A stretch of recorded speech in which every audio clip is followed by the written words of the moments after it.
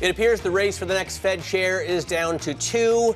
While talking to the Wall Street Journal, the president named Kevin Hassett and Kevin Warsh as his top two choices. Polymarket odds had Hassett as the clear frontrunner, but Warsh is closing the gap considerably. Here with me now is Michael McKee, Bloomberg International Economics and Policy Correspondent. And I know mystery is a big part of the strategy of this administration. But previously, the president said he knew who he was choosing. He had his pick. Yeah, well, do I have to remind you, this president is Donald Trump, and he never does anything in a straight line, shall we put it that way. He did tell the Journal that he is thinking of both Kevins, and he did interview Kevin Warsh again last week.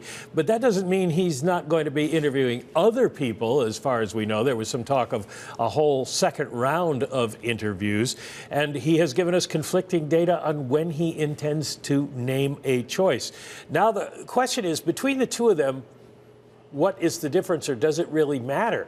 Kevin Warsh is probably more hawkish. Kevin Hassett has a reputation perhaps as being in the president's pocket, but they both will come to a Fed that already has a lot of people in place who may not want to do what they want to do. You look at who was appointed. Hassett or Warsh would be appointed by Trump, along with McKee Bowman, vice chair, and the Governor Chris Waller, if he's not chosen as chair. But the rest of them all were appointed by other presidents.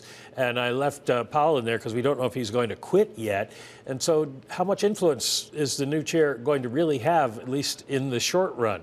He will have some opportunities. Jay Powell has 3 more rate meetings before he leaves, but the new chair will have 5. So it is going to be June 17th that everybody's going to be focused on once we get the name and they get in place. June 17th, the first Fed meeting with that person as chair. And that's why the odds jump considerably of a rate cut in June. If you look at the WIRP function on the terminal, all of a sudden it goes from like 20 to 50. I wonder what you make of Scott Bessent has talked about having regional Fed presidents, actually live in that district and have a 3-year period of residency there. That could change the makeup of the regional Fed presidents, although he says it would take an act of Congress. How much further can President Trump, can this administration shake up the Fed? Well, that's going to depend on the court case before the Supreme Court on Lisa Cook, because if the president's given permission to fire at will, then he could get rid of other governors and appoint new people, and he could also get rid of members of the boards of directors of the local regional Fed banks and their presidents and try to influence it that way. But it isn't clear that that would get very far under the law. We got to wait for the Supreme Court to decide.